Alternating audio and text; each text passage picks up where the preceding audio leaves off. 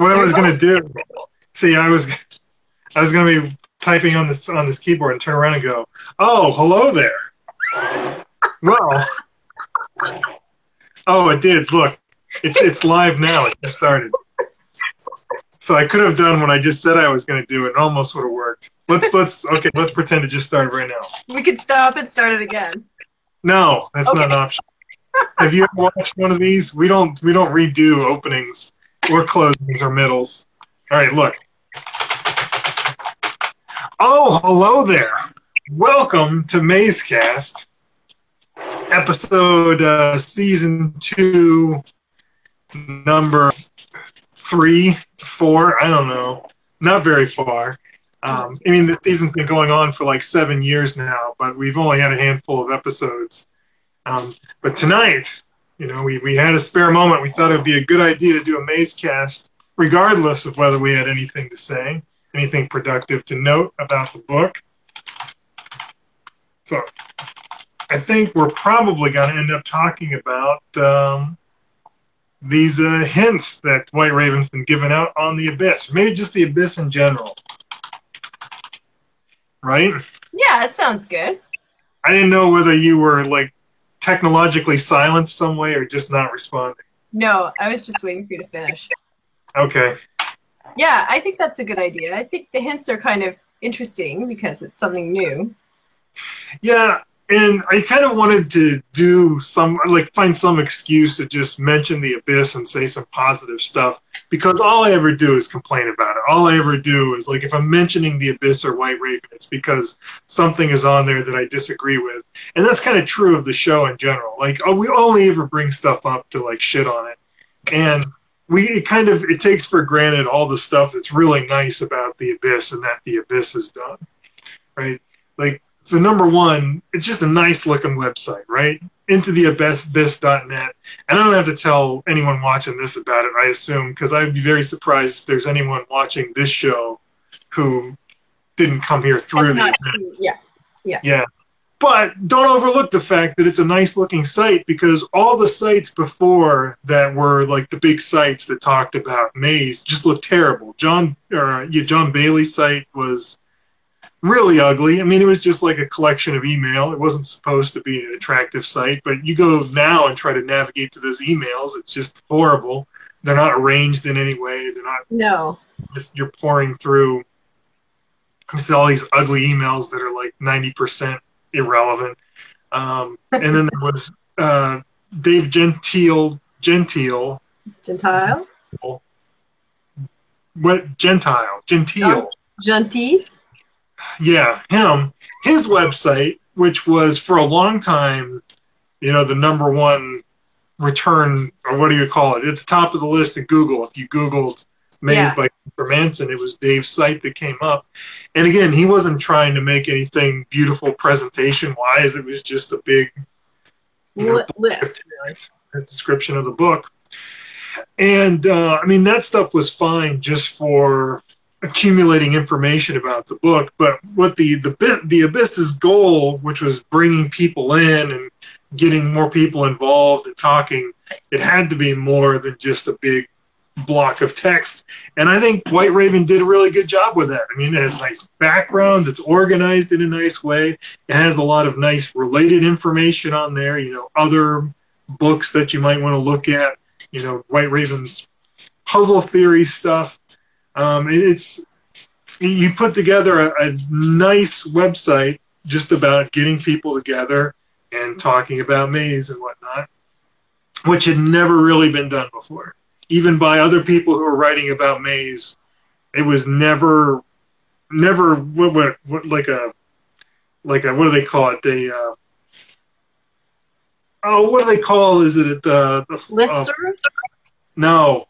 No. It's just a general expression for something that's supposed to bring in a lot of people. Tent pole? Oh, I don't know. God damn. The point is, no one had really done it before. It had always just been, here's a collection of information for people who are already interested in Maze. They can see this stuff. And this is for people who have maybe not heard of Maze before, or barely heard of it. They can be pointed here.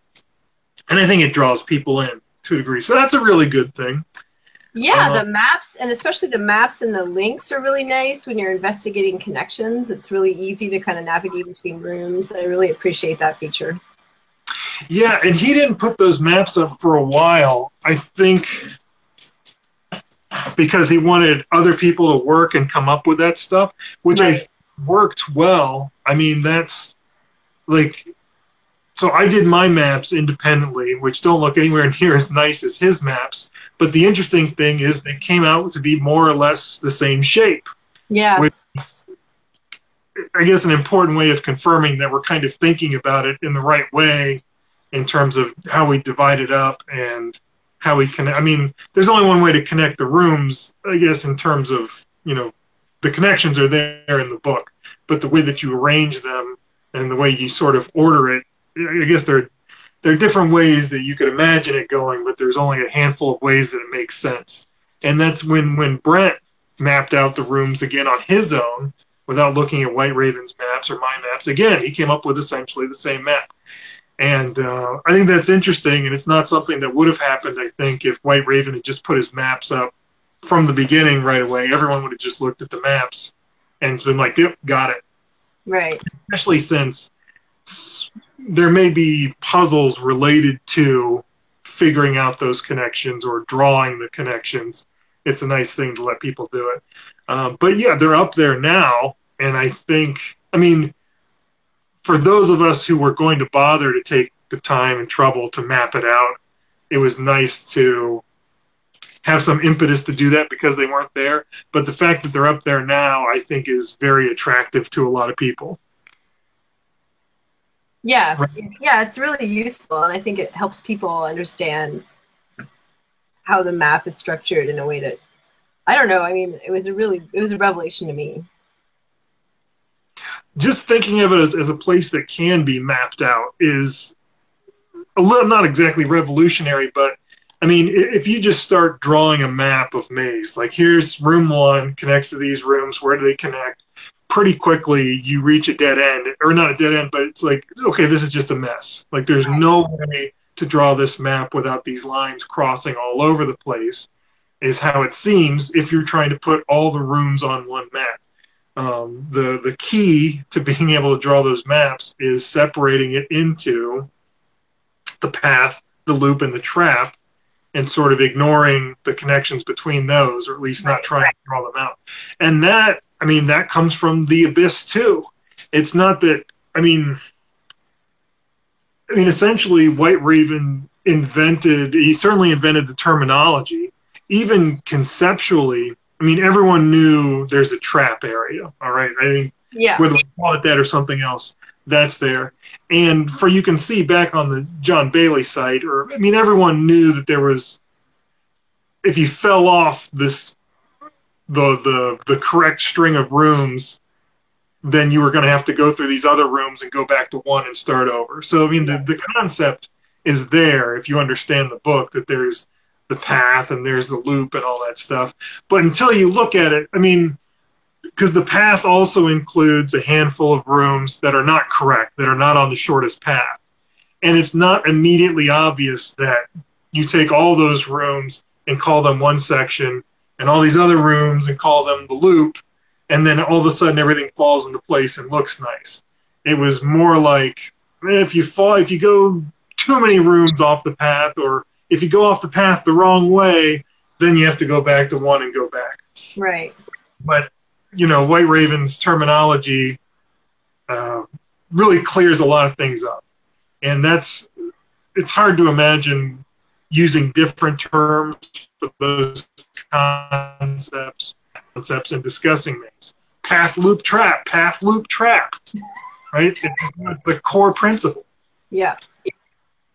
And we shouldn't take that for granted. A lot of people have taken some kind of umbrage with the way that he did the site, which was like, hey, I've got all these answers, and I'm not going to tell you about them. Come and, whatever. And I've taken exception, I guess, because as his answers have come out, I've been largely like, nah, I don't think that's really the answer. But I think indisputably, like, that was what brought people together to the site.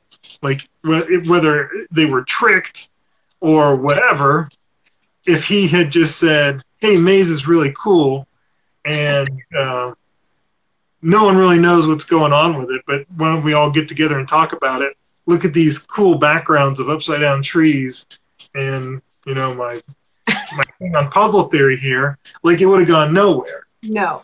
Um, No, and and then he makes it a game, and there's points, and suddenly it's kind of competitive, and there's something to play for, and a metric.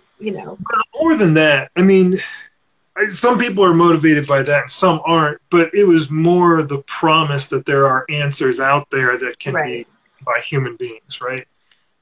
I mean, whether you're driven by the points or just driven by the potential of riddle, yeah. Um, his claims were plausible because of his connections with Manson, and Right. because of things like having mapped it out and identifying the 3 layers of the maze. He certainly had a very deep knowledge of the maze, and whether his understanding of how the puzzles work is correct or not, put that aside. His knowledge of the maze and his ability to, talk about, like, statistically, here's the number of pathways in the maze, and here are your odds of making it through by luck on your first trip, without landing in the trap or whatever. And his knowledge is probably unmatched. Wait, has he talked about that? About what? The odds Yes. Yeah? That's on the Abyss. He mentions what the probability is of just taking doors randomly and not ending up in the trap as you're going through the maze. Oh, that's interesting. I never saw that. Yeah, it's like astronomically small, the chances that by luck you would solve the maze as opposed to landing in the trap. Right.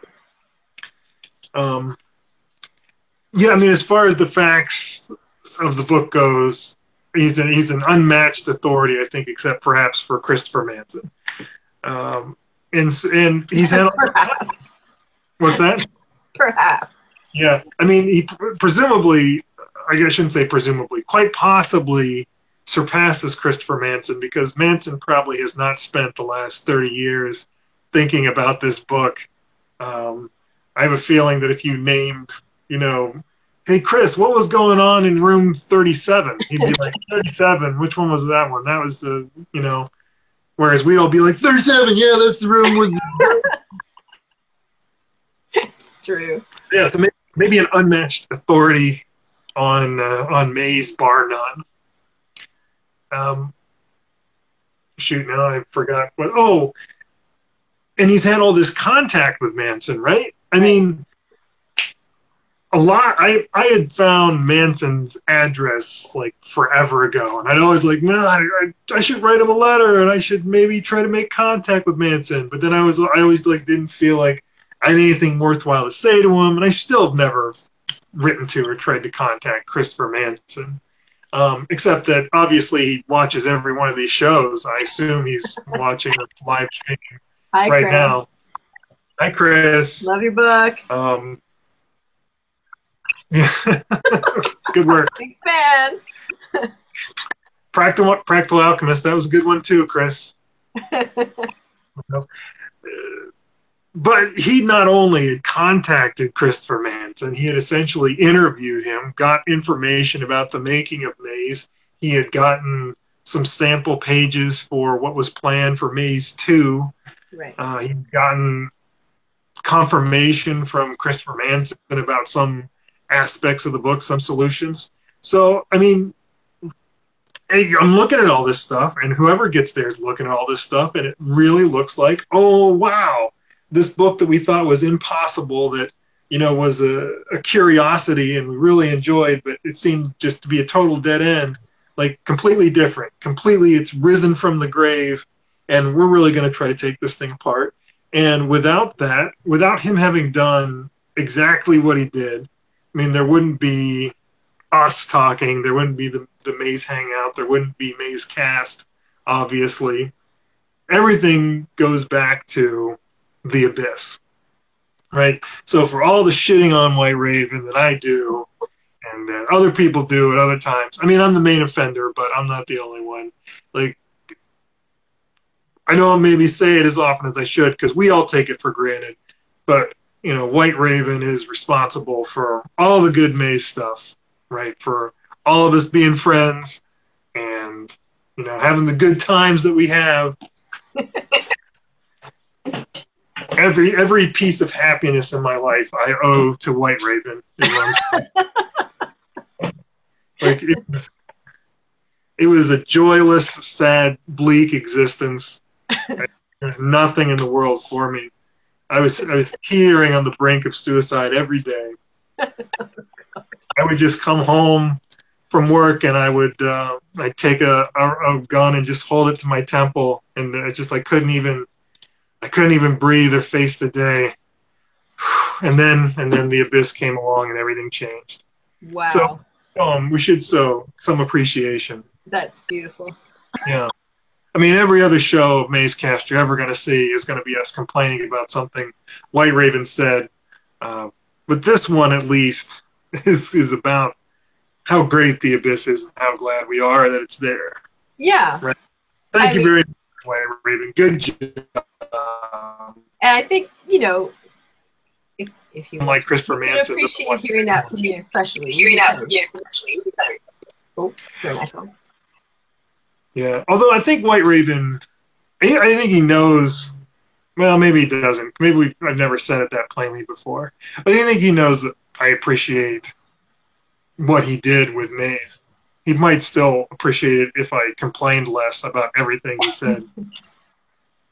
But that's fun too, right? That keeps things going. If everyone was just on there, you know, if there was no dissent, it wouldn't be very interesting. It does. I mean, maybe the comprehensiveness of my disagreement with him is a little off-putting at times, because it does, like, I'm certainly not influential enough in what, I mean, to the extent you can say there is a Maze community. I'm certainly not influential enough figure that my saying anything against White Raven or Solutions is going to really change the world.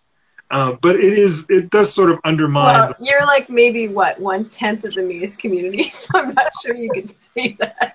Not to mention, like, I'm trying to include the non-vocal parts of it, like the people who can read Abyss, which are apparently fairly numerous. Like, there are a lot of people who are involved, and they read all our comments, and we joke about how low the ratings are on these shows, and really, it's only a small number of people watching these shows. But there are more people watching these shows than we know, if you look at the numbers. I mean, even the shows, I mean, if it has like 40 hits on it, who the hell is watching this show?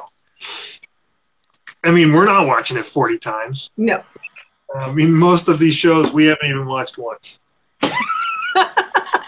Like, we're certainly not going to watch this one ever. That was my favorite part of the first hint. The Hermit. I mean, we're going to talk about the hints where you went through the old MazeCast, and anyway, the solution was basically there, and you're all like, "This is great! What a great idea!" And Alex is like, "Yeah, this is it."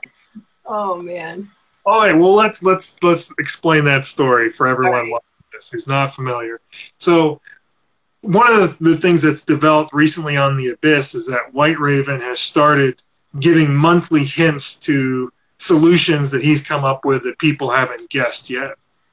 In the first month, last month, February, the clue that he came out with, and I don't even remember the specific wording of the clue, but it had to do with both the Tower tarot card in room 20, and then in room 27, where there is the statue.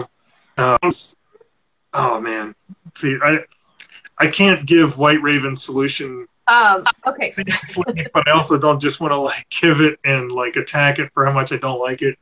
Okay, I'll just summarize it. Okay.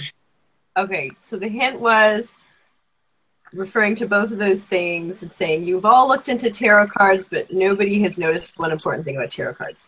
What he meant was that they all have numbers, which we had all noticed and commented upon, but that's okay, because we're going to be positive today. Anyway, but the solution had to do with, well, they were different. I mean, the one in 27 had to do with door 9 being the hermit's door, but not actually trusting that door because the guy wasn't the hermit. And then the tower one, I can't even describe the tower one, but the hermit one was basically about the hermit being some kind of figure that reminded you of the hermit, but wasn't the hermit, so you shouldn't trust it. Yeah, I mean, even that seems, I don't know if that's more or less charitable than, okay, but anyway, the point is, so there's a solution in room 27 that has to do with seeing the room as a reference to the tarot card, the hermit, and because the statue in there is blindfolded and maybe some other elements, I'm not sure that I understand completely, like you're not supposed to go to the door that has the blindfolded hermit over it because that signifies like a lack of, I don't know, visual acuity or whatever ability or whatever trait the hermit embodies that suggests this is a wise person that you should be following. This statue that doesn't look like the hermit has a blindfold on is supposed to signify the opposite. That's okay. I know that's less charitable than it could be, but I don't know how to explain it better. But the point is, you get the solution, and there's a lot of discontent with it. Probably the loudest voices, though, are Alex's voice and mine. Well, I shouldn't say that. Alex's certainly. Without bad. And I was more like, well, the problem you've got is that doesn't look anything like the hermit. Right. And not looking like the hermit, if the solution works, whether it's the hermit or not the hermit, then I kind of feel like this is a jerry-rigged solution that can account for anything, Plus, it seems like if you're just going to say, don't follow a blindfolded person because they don't know where they're going, like all this other stuff is completely superfluous. So we kind of had a problem with the solution. I went back and watched the Mazecast episode we did on Room 27, and Beals did an incredible job of giving the exact same solution. And I mean, it's right down to saying it's the hermit, me questioning why it doesn't look like the hermit, and Beals saying, well, maybe it's supposed to represent the opposite of the attributes of the hermit because it's young instead of old, and all the differences between it. Like, everything was right there, the exact same solution. And neither Alex nor I remembered it. And when Beals gave the solution on Mazecast, Alex was like, oh, I love it. You nailed it. That's it. Exactly right. And I was like, yeah, I mean, you've got to be right. It's got to be the hermit. That's got to be what's going on. But why doesn't he look anything like? So I escaped more lightly than Alex did.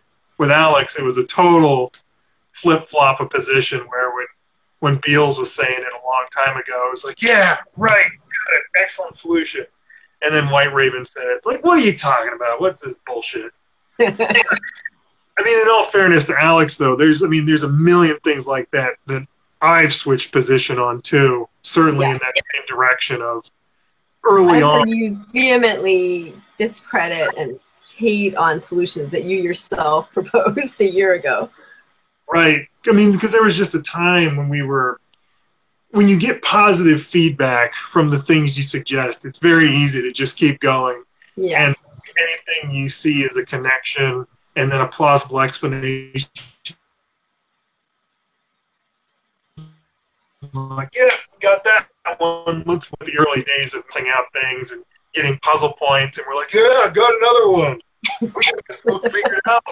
Counting those chair legs. Look at circles and lines. We can do this stuff, man, no problem. We're going to have this solved any day now. Oh you my can God. actually go back and see. I have no clue which episode it was, but there was an early episode of Mazecast where I hypothesized because I was so proud of the progress we made so quickly that maybe we could have even solved the riddle in room 45 if we'd been given an opportunity without having the answer. And that is so fucking ridiculous. Like, I don't know how well, I mean, that's just the way it is. When you believe that you've got this sudden insight into how the book works, right? And that all the stuff you're thinking about is real and you figure it out, then you just get a false sense of your, I don't know, intuitive abilities or something. Yeah.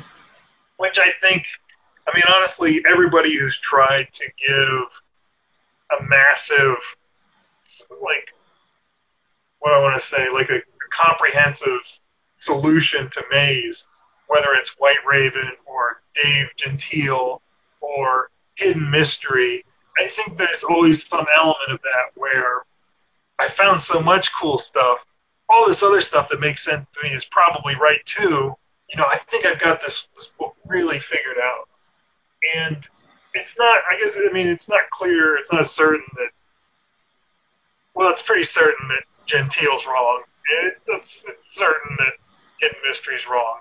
Let's politely say it's not clear that White Raven is wrong. Maybe he's right and he's got most of the, maybe he's mostly correct about the things he says. But it's at least it's easy to find it plausible that you're understanding everything when you've got this book that everyone was roadblocked on for so long and you start making some progress. Especially if the only person that is there to judge is other crazy maze people who are happy to sign on to anything that makes sense. You know? Right. And at the same time, when I have a solution that makes sense to me and it doesn't make sense to other people, like rationally I know, that means it's probably not a good solution. Like, you're probably wrong. You probably need to move past it. But, like, in a particular instance when that happens, I'm just like, fuck all you people. This is right. How can you not see it? Like, yeah, right. Like, I wish I had some smarter people to talk to because I know that they would agree with me. That's what you're thinking. God, why is everybody so stupid about me except for me? I can't. And that's okay. So his most recent clue has been about room 8. Yeah. And probably should have had the text up. We could have just read it. But it has to do with the sign in room 8 that has sign written on it with the lowercase I and the bowling pin next to it. And it doesn't have, I guess, much more to it except to say that you can consider those two objects by themselves, forget about everything else in the room. There's a solution that involves just those two things.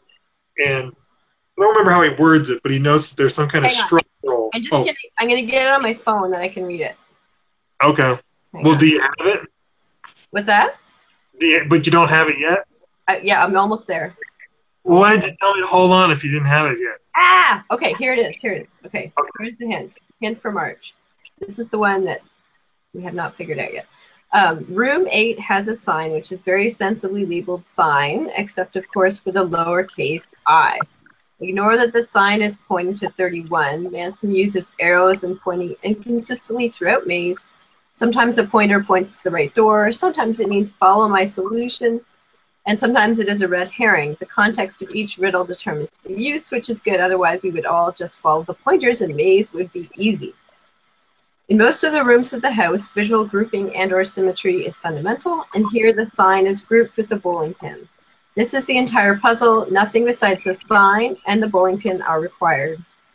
The puzzle has 2 steps. The first is to associate 2 things that are alike. The second is pretty obvious. That's it. Okay. And not progress has been made with being we have to pay attention to in that room, right? Like, it seems on the face of it like that's a pretty precise and helpful clue. But not much has been made of it yet. I think it's been pointed out, who knows, maybe originally by you, probably, just about how the shape of the lowercase I, you've got like a stick shape and a circle thing, is kind of echoed in various parts of the room. There are a lot of parts of the room that seem to have similar structure, but who knows what to do with that yet. Yeah.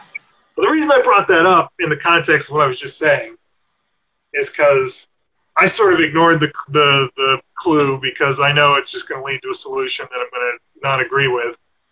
But the idea of structural similarities started making me think about some things in the room, and eventually I had this realization, concept, idea, whatever, that if you thought about what the room looked like before it tilted, remember room 8 is the tilted room,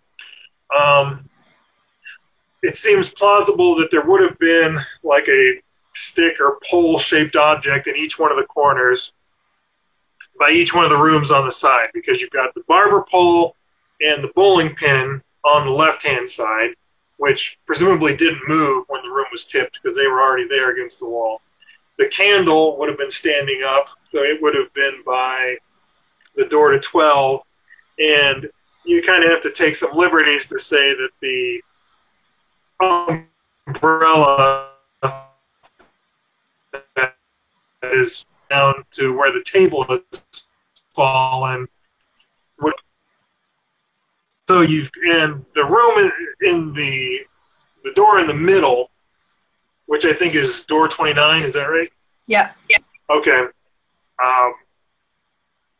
It would, well, let me say, all the rooms then would have an object associated with them that starts with the letter B, except for the door to room 12, which has the candle on it, candle by it, which starts with a C, which I took to be one of these odd one out solutions. Another term and concept that comes from White Raven.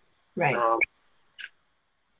The room in the center, room 29, the B object associated with it would either be, we know before things fell that there was a table up and a bowl on the table, which I guess most reasonably, if you just stood the table up from where it's fallen over, it would be in front of the door to 29. And if there was a bowl on the table, then it would be in front of door 29. Or the B object could be the single bulb mentioned in the text that's over 29 and that is connected to the light switch beside the door to 29. I like that one better, to be honest, because I feel like the table is pretty far in the foreground to be... Well, right. It would only be associated with 29 two-dimensionally. Okay. Like, you have to imagine where the stuff would have been sitting when it turned up. I mean, it would be like in room 4, the axe being in front of those two doors. Right. But in any case, whatever. The point is, and I thought that was pretty compelling. Yeah. And some like, yeah, okay, maybe responses. And Ben was like, yeah, I don't know. I think it needs some work. And I kept my mouth shut about it, but on the inside, I'm like, you fucking idiots! How can you not know that this is the right solution? This is what the room is about. It's simple, and it's. Oh, hey. Whoa. Ben. Hey, Ben, I was just swearing about you. Cool. Only good swears, I hope. Well, I didn't use my best swears. No, I was talking about that room 8 solution I had that you thought needed work. Yeah, I was very positive about that solution, I thought. Yeah, not enough. Well, what I was talking about is essentially how people get irrationally confident about their solutions, and how it happens to me. Like, I know that if I give a solution and other people's reaction is, no, I don't think that's right, like, I should... I think it might be right. Right. I mean, that's not the greatest example, because everyone wasn't like, no, that's garbage, forget about it with that one. But I felt like to me, I look at that and I'm just like, yes, absolutely. This seems to fall right in line with with the puzzles that we know. Like, I just feel like that looks so right. And fuck you for not feeling exactly the same way. Yeah. For only meeting me like halfway on this. That's so unreasonable. But I know. I completely agree that you are enthusiastic about that solution. I mean, the other one that I sort of felt that way about was the Morse code in room 21 with the 4 dots and a dash and the 4 dots and a dash, bushes and trees. And the thing is, I know other people hear that, they look at the same thing, they say, maybe, the dots aren't the same size and they're not in a line, so I don't know. And I know that I should defer to what a larger group of people thinks. Like, you can't just write your own sense of whatever, but I'm still like, fuck you! Come on, the answer's 44! You got the Morse code for 4-4! Ah! But is there anything in Maze that a large group of people are going to agree on? Yes! Most people admit that the room 45 solution is, as it's commonly understood. There was the hidden door in 29? Yeah, 29, 1, and 45. That's about it. And even 1, there's a little disagreement. Gentile does not count. I mean, yeah, like room 1, I think, is the gold standard, but it's one that I'm not sure is met anywhere else. And no, I mean, you're right, they don't. And even in the case that I use as the example every single time, room 7 with the missing eyes on the wall, where it seems to me like, what more does anyone want? Like, still people are not all on the same page. So, right, not everyone's going to be on the same page, but I would think with a solution on level with even room 7, where there's some disagreement, even that might be overstated. I don't know how much disagreement there really is. Like, Andrew Plotkin thought it was a bad decision. That's it. That's the only person I've heard say that. And I think he was like not all that invested in seeing the solution as good. Because I don't like it either. Oh, you don't like that one? Nah.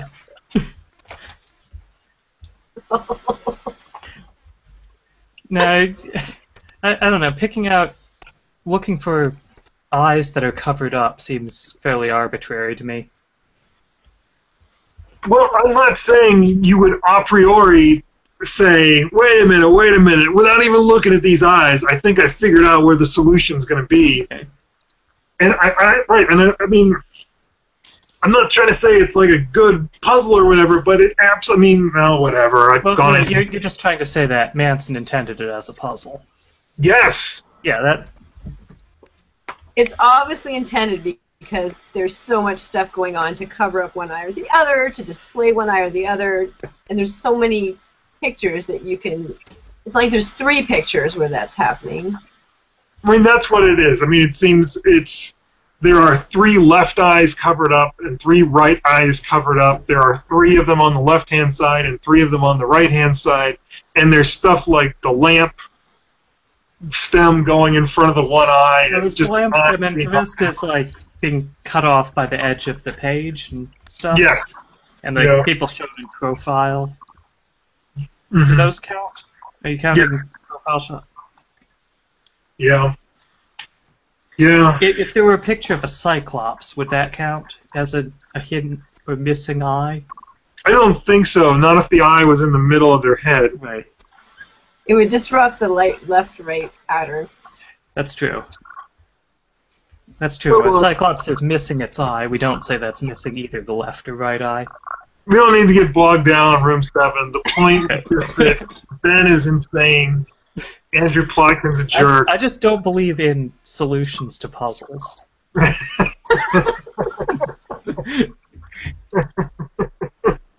No. What this is about, Ben, is I don't see how you can find an upside-down door in a room. Where in the directions does it say you're allowed to turn the book upside down? Yeah, like, that's cheating. If you go turning books upside down, you can find anything you want. You know, I was actually looking at 29. What we've been doing this because I say. Who's talking now? I talked over. I missed some of that connection issues. Okay, I'm just going to finish what I was saying. Okay. I was looking at 29 the other day because we were looking at room 28, and room 29 is connected. Okay. And I has anyone sort of tried to figure out, because there's all those different signs that mean, you know, flip it over, there's the spatula, there's the leaf, there's all those different things. There's the key. And I was sort of trying to figure out if they could have meaning beyond that. Like, a leaf that is turning and falling is dead, and that's one of the bad doors. I don't know. No. I can't remember all the things I was thinking. But is there a spatula anywhere else in the book? Because most of these symbols on the signs are repeated somewhere, like the salt and pepper shaker is labeled SP. And the bottle, certainly, that's... I don't think there's a spatula anywhere else. Yeah, that's... And the so that one's the odd one in. It's the one over the one unnumbered door. Yeah, I'm not sure that that's actually going anywhere. No, I don't think that they mean anything else. I think you're in genteel territory once you've found the solid solution of pointing to flipping the page over, and then you start to say, yes, but what else is this trying to tell me? I think we've got that one. I feel like you've strayed off topic.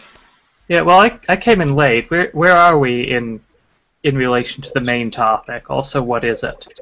The main topic is White Raven and the Abyss are good.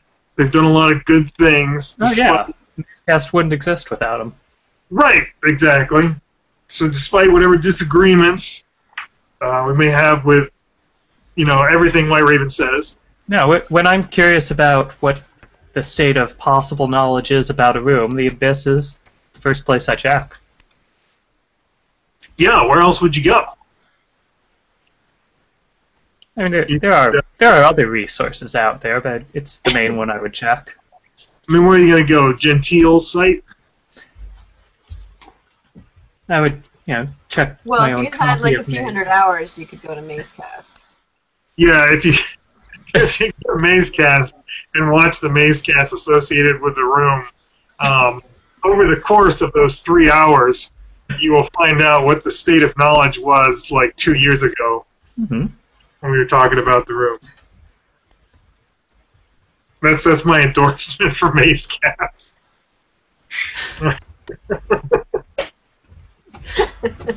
Alex is going to be so mad. Well, yeah, a lot of people are going to hear that endorsement.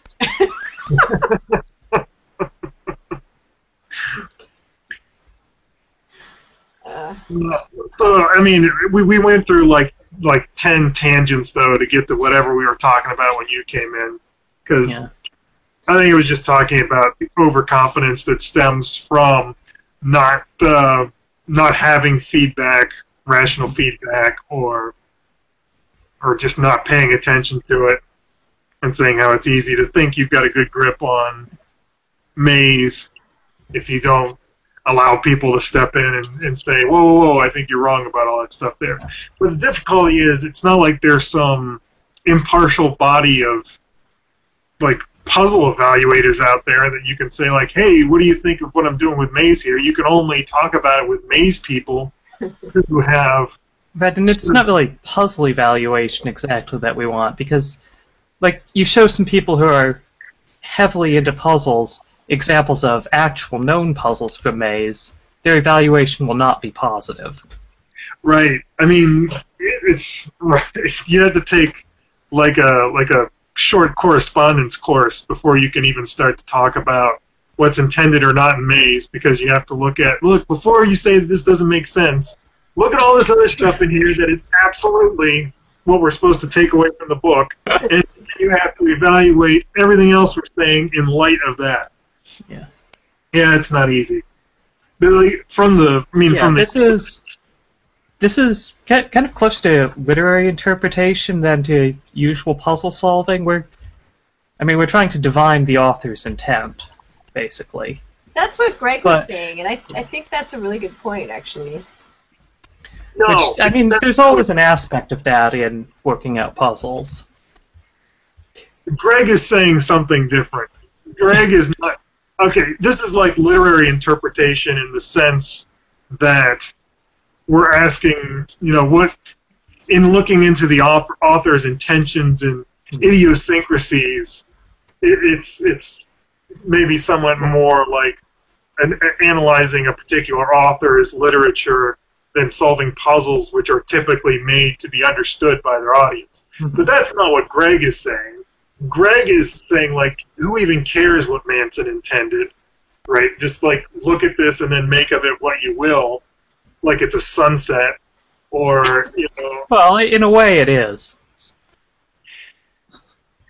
Yeah, there are some that's in the book. No, I mean, that's like, there's no problem with somebody doing that, but Right. that's something completely different. It's not like you can say that and people are going to say, oh, yeah, that's the way we should be solving Maze. We should just be ignoring what was intended and like, just write down what we feel about it. Honestly, I think Barry has possibly the best approach of any of us in redrawing Maze. He has the most successful Yeah. paradigm for solving Maze. I think considered as art, his puzzle solutions are far ahead of any of the rest of ours. Yeah. He's got every room down, too. Yeah, it's true. God, are we even saying anything positive about anything right now? I'm positive about the Abyss. Yeah. Oh, right. We're supposed to be. Yeah. Do you want to be positive about things in general? No, I like the art in Maze. that's too much of a strain. We can't be universally positive. I mean, we're struggling to be positive, even about the one thing that we said we're going to be positive about. I think White Raven's doing a great service to the Maze community. No, A yeah. lot of the Maze community exists because of him, even. I mean, the only reason we can like straight-facedly refer to it as a community is because of him. Right. Well, there's been a Maze community before, although I guess that had kind of died out. Yeah. As an active community. At least as far as I know, there was no online meeting place where people were still talking about Maze Right. before the Abyss. You just see an odd mention of it here or there, Mhm. and someone might pipe up and say, "Oh yeah, I love that book. Did anyone ever figure out what was going on with it?" No. Next. Yeah. Uh, The hints are kind of interesting, though, because I think White Raven's recent hints, I have less positive to say about those, I'm afraid. it's interesting because maybe you guys don't think it gives us insight into what he thinks is cool. It What does. he thinks is important about Maze, because these are the hints that he's choosing to share. He said quite a bit in that last one about grouping and symmetry and all that stuff, which probably tells us a lot about the solutions of Is his that we haven't seen yet. Sorry, this is a tangent, but is there a Tintin poster on the wall behind you? Yeah, it is. Okay, cool. It's actually one big one and like 4 little ones. Oh, yeah. Nice. In the original French, I think. Yes, original French. are you a fan of that there, Tintin? Dan is a fan. I haven't read a lot of Tintin. It seems all right. You asked for a suggest cast once, right? Yeah, I read a little bit. It was all like early Tintin. It was like I started at the beginning and just started reading. So I mean, it's hard to say whether it changes or. I thought it was. It seemed really arbitrary. Like Tintin would just get captured, and then like a rock would fall from the ceiling and knock out his captor, and he would walk out the door or something. Like there wasn't a lot of attempt to make Tintin's actions directly responsible for the outcome of the plot. It was just like whatever happened, Tintin was just kind of float around, and in the end, the bad guys would get caught. It's sort of straight up adventure, I think. It's sort of a straight up adventure.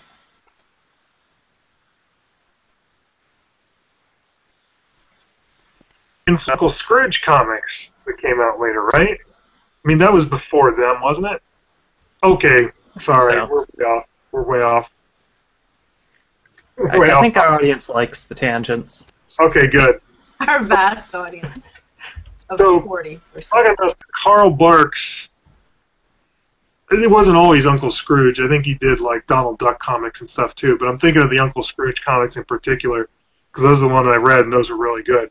I don't know whether those came first or Tintin or whether they were out around the same time or what. When did Tintin come out? Compared to Scrooge Sure. Duck? What's that? Compared to Scrooge McDuck?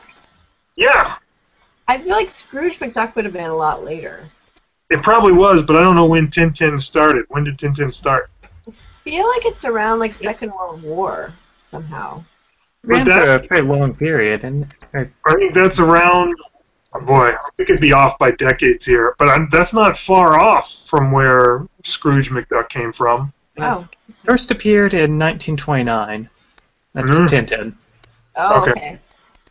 That's actually earlier than I would have guessed.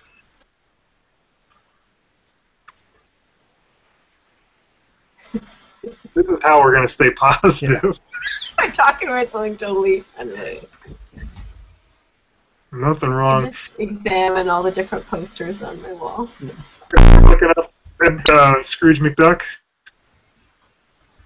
Ben? Oh, no, I should. Let's see. Oh, that's You what I know was. anything about the Karl Barks run, especially? Yeah. Why did you like Scrooge McDuck particularly? Oh, well, I mean, I don't read Disney comics. The only reason I've read that run is because it's praised by so many people. The Karl Barks run. Yeah, he basically unified the whole Scrooge McDuck mythology. They took a bunch of diverse, inconsistent storylines over the years and put together into a... Did he create Scrooge McDuck? I think he might have. I thought that... Let's... It feels like I'm we trying should. to find the year on this. You're using the internet, not a book, right? Right. Yeah, he created Scrooge McDuck, and then later... Where is it? Okay, he created Scrooge McDuck in 1947. Oh, but that was as work for hire. So we should really credit the Walt Disney Corporation. That was a good hiring job Yeah. by Walt Disney. Okay, so yeah, Tintin was out long before then, was Yeah. almost certainly an influence then on Karl Barks' work. No, Karl Barks, his comics are great. I'd heard about him forever, and I didn't check them out because I'm like, what are the chances that these are going to be worth reading? Walt Disney comics? Like, I couldn't imagine, even if they're better than your average Walt Disney comic, like, how good can they really be? But after hearing them talked up enough, I eventually got a collection of Karl Barks's Scrooge McDuck comics, and they were great. They're funny. They have good stories. I mean, they absolutely hold up. It's not just like, well, this was pretty good for 60 years ago. I mean, they were solid comics. I'd highly recommend reading Karl Barks's Scrooge McDuck comics. All right. So that's it for SuggestCast. Right? I was going to say. Next week we're going to be reading Karl Barks's Scrooge McDuck comics. You What guys else? should start that up again. That was a good idea. Maybe we should. Every 6 months when I get a chance to. And that's more often than we have been doing it. Yeah, that's true. Well, let's do it, everybody. That's my suggestion for tonight. What you guys give your suggestion before we close this off? I didn't prepare any suggestions. Well, it's just I like have a short story I would love everyone to read. All right, Eat a what is- lemon. No, of course I can't remember. They're the- delicious, By and China people don't eat Miéville. enough lemons. What? That's my suggestion. We should all eat lemons. They're good. Eat. Yeah. Your suggestions are all food related. I'm kind of hungry when I do video calls. so just eat it like a hand fruit. Just However you want, really. If I you have a want, suggestion, but I'll put if it you want in. to cook it somehow, I guess you could do that. Sarah's having some audio problems. Sarah's trying to tell us about the short story she wants us to read. No, it's okay. I'll put it in the notes on the YouTube. Okay. I Okay. can't actually remember the. It has like a long, weird name, and I'll put it in. Is it House of Asterion? No, it's not House of Styrian. Everyone's read House of Yeah. I mean, our viewers may not have. That's Oh, certainly, yeah. Viewers who haven't read that yet should. yeah, I think anyone interested in Maze should read House of Asterion by Borges. You That will was find, something that surprised me that White Raven said, actually, that he had not read it. yeah. He should. Well, it just... Maybe he has by now. Yeah. It's a pretty quick read. That's about as long as a short story should be, I think. Yeah. I think Borges knew what he was doing. Smart cat, that Borges. Mm-hmm. He was probably influenced by Tintin. That one was written before he started going blind, right? I don't know. Because a lot of his later works were pretty short because he had to dictate them, and Yeah, whoever was taking it down didn't want to write down every word. yeah. So they were just sitting there like, yeah, fucking Maze, furniture, whatever. And Borges like, you got all that? Yeah, we got it all. I wrote it all down. Can you read it back to me? No, I got it. It's good. I wouldn't change a word. We already sent it off to the presses. It was so good.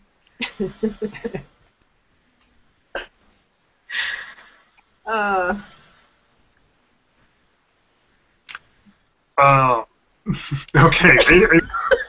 Alright, so in conclusion, The Abyss is a good site, and we approve of it. Yes. Yes. And we appreciate you, White Raven. Yeah. Yeah. We appreciate you. Yeah, it's Yeah, probably... White Raven's doing great things. It is. It's unfortunate. It sounds like he's going to die any day now from these heart problems. Ooh, that's like a That's downer not to end on. positive. That's, yeah. Well, I said that it's... well, You're preemptively mourning his death? But no, I was saying... Never mind. okay, yeah, White Raven, Vincent would be sad if you died, so would I. Yeah, there you go. That's the positive. Yeah, I know Sarah's not speaking up here. Oh, I I mean, would be very sad. that's a little I would be very interesting. sad. I was hoping that I was exaggerating the severity of his heart problems, although I guess you don't really know. You know, he's not completely, showing his cards on that. But I guess it does seem like it's pretty serious, because he's mentioned it for a while now. Well, I guess he had to have surgery, right? So I guess it's got to be fairly serious. Well, I'm not going to challenge White Raven's decision to not release his medical records. Well, I will, for one, say that it is cowardly. Yeah. It was a cowardly decision by White Raven. Well, we don't know the full context. There could be other stuff he wants to hide. That's a good point. I mean, it's He still might have cowardly. promised Manson that he wouldn't. So. Oh, good God. No, it's not cowardly, and no, whatever. I hope the White Raven's better than I'm pretending he is for the sake of some kind of joke I thought I was making. But we don't really know. It probably shouldn't be. Before we go, can we talk for 1 second about the guide puzzle? Yeah. I don't really have anything to say about it, but I just kind of want to talk about it. Okay, I think it's the Minotaur. We already voted on that, so that's okay. already established. It does seem funny how that puzzle is just kind of drifted off to the side. Yeah. Like I've just given up on trying to find what White Raven's talking about in room 43. Well, I'm it pretty sure seems that like- whatever it is, it's not going to be as convincing as the other things that suggest that the solution is the Minotaur. Yeah, I mean, this is the case where, like, I was trying to not be negative, but I mean, what can you say? But that at this point, I just don't have confidence that it's going to be anything other than something I'm going to hear and say, no, I don't think that's right. I don't think that's a real thing. Right. And the fact that somebody has could some obviously solutions be like wrong. that isn't bad. I think I glitched out there a bit. Yeah, Yeah, Yeah, what I was trying to say is that I don't think there's anything wrong with somebody proposing solutions that don't really make sense to other people. Like, Maze is That's a good. weird book to find. Good for me. Yeah, it's hard to find good solutions to puzzles in Maze. If you're putting any effort into proposing a lot of solutions, most of them are going to fall flat. That's true. It's kind of the nature of the task. Well, I feel like the reason why I'm interested in these clues is because the guide puzzle is really what I care about, even if it's going to be disappointing. I do care about it, and it seems like it's something that White Raven has talked to Manson about. So it seems like, even though it's something we may not like, it's something that we could maybe consider confirmed. And so I don't know. I feel like these hints are maybe going to help us figure that out. Seems like because it will help us see how he thinks about things. I just think so much of this would be unnecessary if Manson were just able to give public statements directly. Yeah. If he had ever given like a single interview where he talked about solutions to Maze. Yeah, and he's probably... I mean, he probably gets pestered by crazy people constantly. Oh, I think, yeah, he almost certainly does. That's why he's averse to talking with the particular crazy people on MazeCast. Yeah. And it's hard to say whether giving any kind of input would decrease or increase the amount of insane inquiries he would receive. I think it would decrease it, but not to zero. I don't even know. I mean, it might just clue people in to, like, hey, if we bother him a bunch, he's going to give us some answers. But, yeah, well, the book's been out for like 20-something years. He could just say, okay, here's everything that was going on with it. Done. I'm not sure what he has to gain from keeping parts of it hidden at this point. Well, I don't think he has anything to gain financially, but I think still there's some pride in the legacy of the book, which it may well be that... I would feel embarrassment rather than pride if I were him. What's that? I would feel, I think, embarrassment rather than pride. Well, like that the legacy of it being unsolvable is not, to me, the positive aspect of the book. It might be preferable to it being solved and having solutions like Room 45, though. Mm-hmm. Like, the way that people... You'd feel like, okay, if he reveals everything that he intended to put into it, that might make it look bad? Yes. Okay.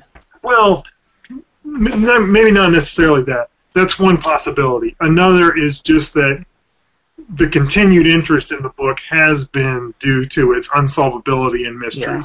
So even if the puzzles are okay, if he released the solution, people would probably stop talking about it fairly quickly. Yeah, we'd maybe do a couple more Maze casts just talking about what we'd found out, but it wouldn't be a major ongoing thing. So it's all about how many Maze casts get made in the end. Well, I'm using that as a proxy for just general fan interest on the internet. Right. MazeCast has long been the barometer for just puzzle interest in general in various works. We should do an episode about some of his other books. What's that? We should do an episode about some of Manson's other books. Yeah, we've done that. We've briefly mentioned his other stuff, but we've never... Yeah, we haven't focused. Let's do an episode about The Two Travelers. I have a copy. Isn't that one of the kids' books? Yeah, it's great. There's an elephant. I mean, we could do about his non-puzzle children's books. I don't know what I'd say about them. Well, you could talk about how much you liked the elephant. Yeah, I do. I think we could fill out an episode. If we were going to talk about his other books, I think we'd probably want to do Practical Alchemist. Or The Rails I Tote. Yeah. Okay, I don't have a copy of either of those, but I might be able to find one. Yeah, there's a few interesting similarities and themes. I don't think it tells us anything, but... It might. Practical There's no alchemy we reference a lot, and now we talk about alchemist clues when we're talking about the text mentioning something in the picture for no reason, other than to make a connection, right? Because that's like 95% of the text in Alchemist does not help you solve the puzzle. It just makes an oblique reference to something in the text, which is something that seems to happen in Maze, although, of course, the inability to say for sure what's going on in any given room makes it difficult to say whether that's all that's going on with a particular statement. But it at least seems to be something that goes on in Maze a lot. So I think they could be useful in that regard and saying, like, oh, this is the kind of stuff that Manson does. Yeah, Rails I Toad is kind of like that too, right? I mean, those little stories, there's a lot in there just to sort of convey or to hide, really, one thing in each of them. And a lot of times there's a lot of circuitous phrasing and stuff in the stories that, in order to make an oblique reference to the words that you're supposed to guess, which you see some similarities there sometimes with things in Maze. There are a lot of rooms in Maze where we look at that wording and it's like, this is so weird. It's like they're trying to avoid saying something, but we don't know what they're trying to avoid saying or what they're working around. But it does give you the impression that is what's happening when you look at savage animal rending with tusk and claw. Yeah. God, that's so weird. There's something going on with that. Yeah, it doesn't describe the bear, that's for sure. No, the bear looks friendly. I do feel like probably a lot of it can just be explained by stylistic weirdness. I don't think that's a complete explanation. Not complete. Why that I wouldn't particular say complete, but I think probably some of the things that we feel like are there and are puzzly are just because he has kind of a weird style. Well, so that's something that we might be able to get out of reading his non-puzzle books, though, just what his typical writing style is, absent trying to encode information. Maybe, although the children's books of his that I've read have not seemed very stylistically similar. They don't have the same kind of ambiguity or odd phrasing. They seem to just be really straightforward. Is it all children's books? I'm only aware of children's books he's done, other than his puzzle books. Well, the puzzle books could also be for children. They could. I mean, I was given Maze when I was a young child. Yeah, I was too. It didn't seem like an incongruous gift for my age. No, I mean, you have as much odds of finishing it then as you do now. Yeah. I mean, Practical Alchemist has some obscure vocabulary in it, but, I mean, a kid working with a dictionary or the internet could attack it the same way an adult would. I learned a lot of words on Practical Alchemist. A lot of arcane, like 3- and 4-letter words I'd never heard before. Whether they were actually part of the solution or not, a lot of them were in the pictures. Practical Alchemist is, I think, really an underappreciated puzzle book. It's always going to live in Maze's shadow. Mm-hmm. But it took a lot of care for Manson to plot that the path through the book, essentially, the right word transformation, while also putting in other dead-end word transformation paths, and while also exploring all possible word transformations to try to make sure that there was not an additional path through the book. And people have talked about coming up with other words to complete the path. I'm not sure that anyone has done it without some really questionable word choices. Yeah, but I mean, the fact that everybody isn't doing it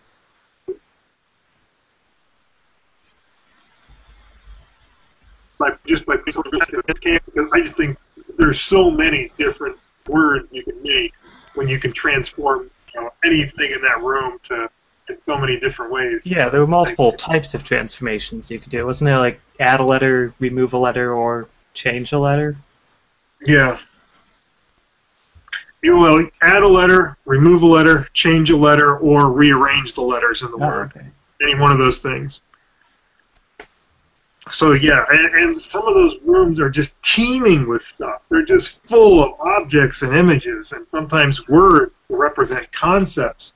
I think Practical Alchemist really deserves a lot of respect.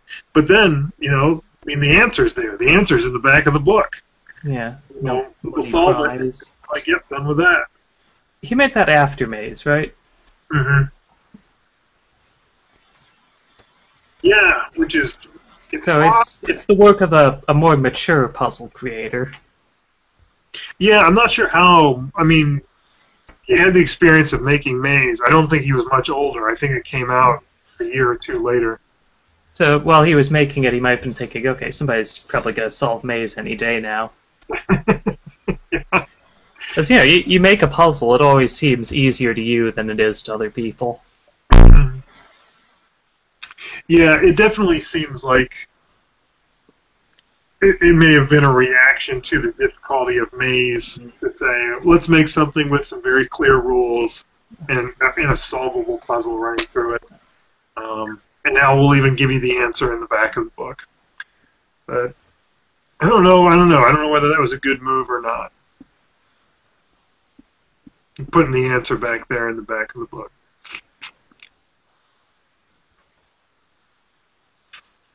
He's probably forced to, regardless of whether he wanted to. Out of his hands. They were probably like, we don't want another Maze where you're still getting letters from insane people asking for information.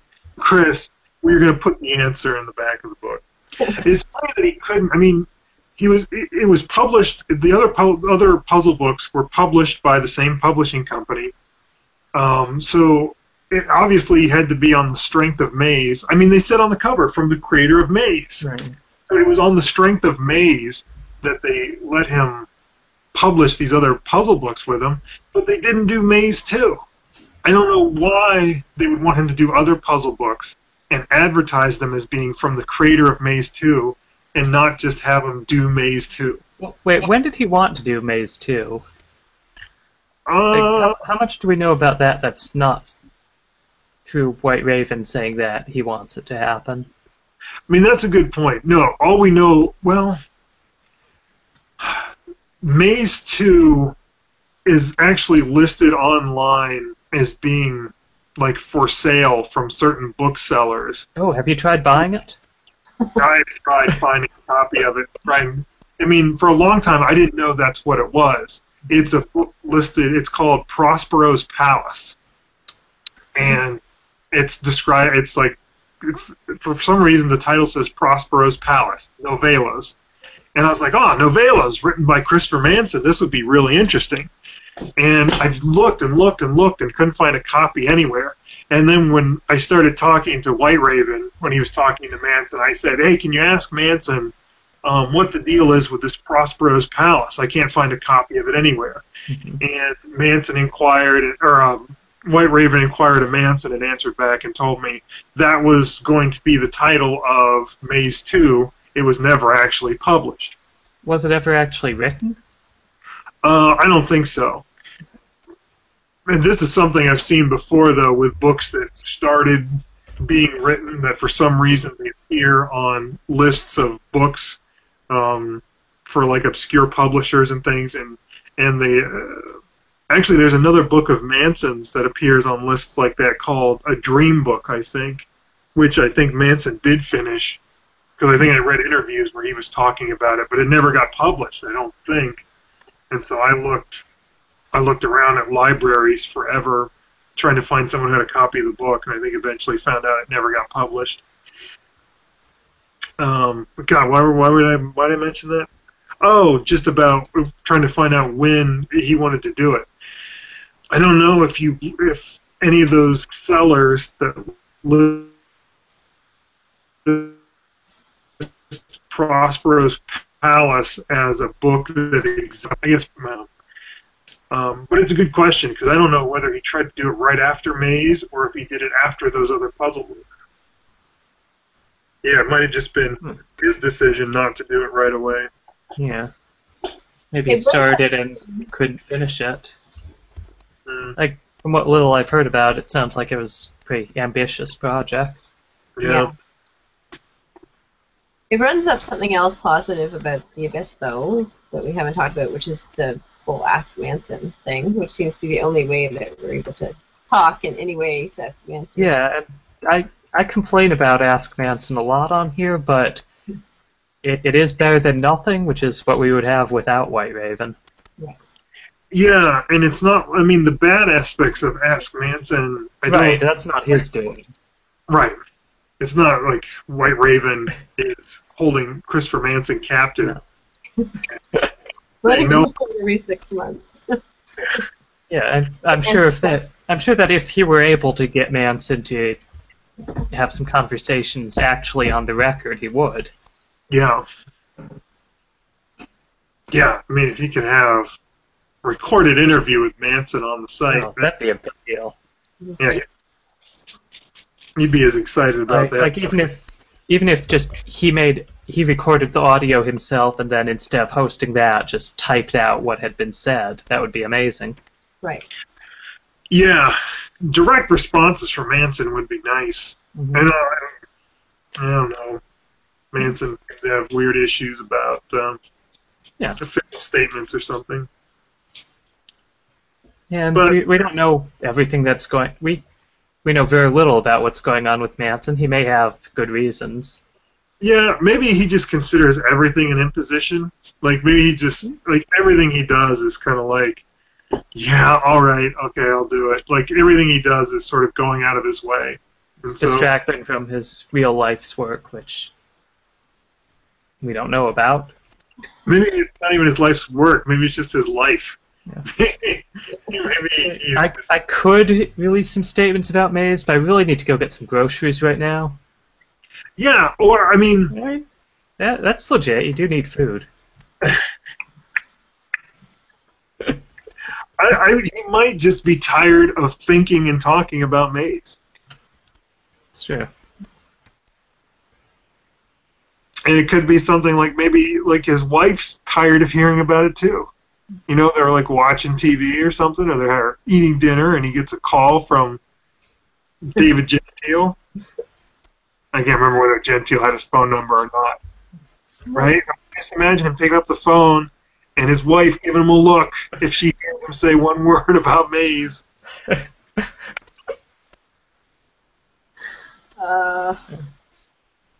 Maybe he's the one who came up with White Raven. Like that's his code word. Can't talk, wife listening. I'm just on the phone with a rare birds dealer. This isn't about that puzzle book. Dave, you need to talk to White Raven. White Raven. Just ask White Raven, Dave. What was that about, Chris? You know. Birds. This guy's trying to train his pet bird to speak.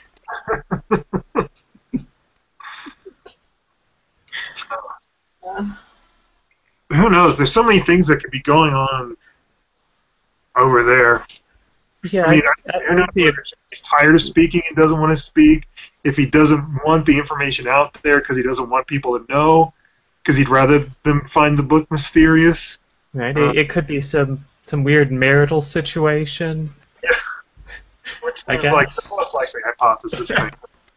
It's a good hypothesis because it also accounts for the White Raven alias. Hypothesis that explains more information is better.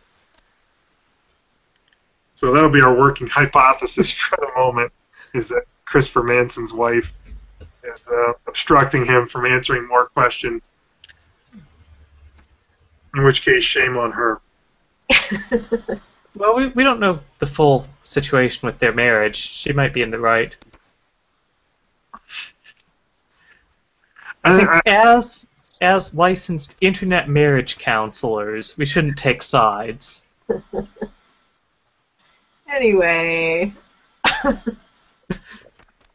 we're due for one. Now that Chris is watching the show right now, presumably his wife's not because she has no patience for the Maze stuff. Chris, we're with you. We wish you the best. Stay strong. You know, you got to keep the upper hand in the relationship. Oh, God. You know, look, just a reminder, she's living off May's money, okay? She may not like you getting phone calls in the middle of the night from Dave Gentile or White Raven or, us eventually when we get your phone number. But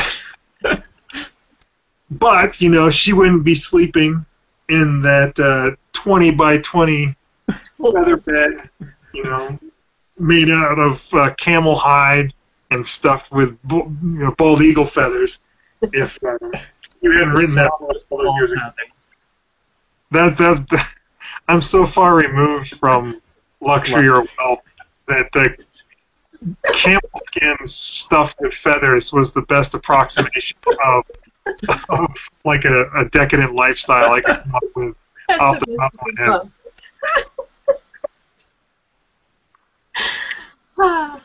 The millionaires sleeping on the same material that monks used to make hair shirts out of.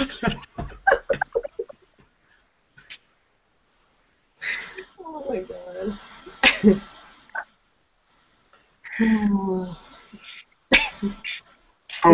We could be reading the situation all wrong, though. What if Manson's the one who is sick of talking about Maze, and his wife is constantly trying to get him to get back into it? These people like your book, honey. Yeah, right. You should talk to them. That seems pretty plausible. Yeah. Maybe it's kind of like a Dennis the Menace situation. Not like the Wee Dennis? The old show. No. George Wilson is just like doesn't want to have anything to do with Dennis the Menace, and his wife is like, "Oh dear, come on, Dennis just wants to play with you." Yeah, that's what it is. Like he just wants to read his paper and then go to the Elks Lodge every once in a while or something. And we're the neighbor kid who keeps pestering him. Yeah. Although he didn't open the door when you guys went to the door. So. I think he just wasn't home. Well, next time, go to the local Elks Lodge, too. Next time, bring sleeping bags. Yeah. Next time. Yeah, I don't think there's going to be a repeat visit. I think it was pretty ballsy to go in the first place. I don't think I could have done it. I wouldn't have gone up to his door. I couldn't even write him a letter, though, so... I don't know why. I mean, I guess it's not courage exactly. Next time you're in D.C., we're going there together. It seems like at that point, the rudeness of your imposition would become a little realer to you. Yeah. Not to you, apparently. Well, I know more now about the extent of his reluctance to talk with fans. Oh. Yeah. That's true. I don't know how much we knew at that point, other than we all liked Maze and we had Christopher Manson's address. Yeah, you had the address. I had not even sought it out. Mm.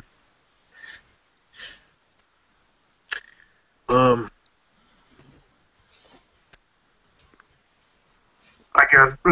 Is it? That's what we like about IntoTheAbyss.net. Visit it online today. Yeah. Don't visit it online a few months from now. It will have mysteriously vanished.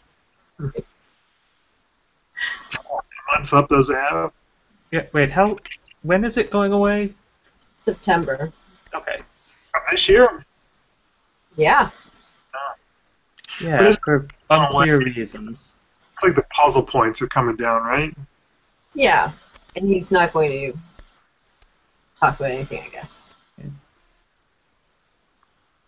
He said he would keep doing Ask Manson if people... Yeah, right, so it's going to serve all the major purposes. Wait, right? So the comments will still be up? People can post new comments? Right. He said he would What still... is coming down? He's just going to stop participating, and he's not going to be awarding puzzle points.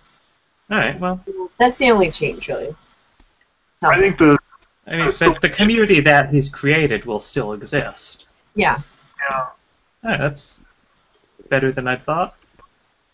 Oh, yeah, it's the confirmed solutions come down, I think. The puzzle meter comes down. So, I mean... gonna take down like the summary of the confirmed solutions?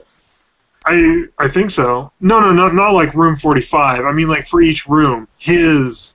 No. Is he? I think so. Yeah, that seems all right.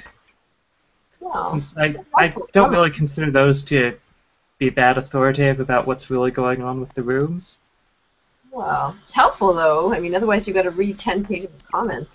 Yeah, really what we need some third-party site that just compiles all the content from those comments. Well, I was. It's joking. tricky because there's not much content. Saying, oh, we need a MazeCast intern who could just like do that. Could go through and just kind of summarize everything in like a table, and then we could have like that. But I'm not doing that. Well, how long would that take per room? We've got months to do this.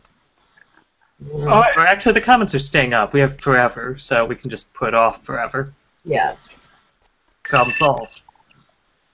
Oh, hey, my phone is low on battery, so actually, It's been over an hour, I think. So. Yeah. oh, it's been way too long. I mean, No, at this point, this is no longer. We can't even pretend this is for an audience. no, I mean it was absurd 45 minutes ago. I I might don't- also watch it. Maybe 5 minutes.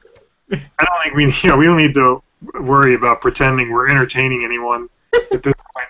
I was just going to say my phone being low on batteries will at least give a natural and necessary ending point to my participation in the conversation. We should probably just bring this to a close now. Okay. Oh, but I wanted to just let it die the rest of the way. Yeah. So we've been MazeCast. Thanks for puzzling in.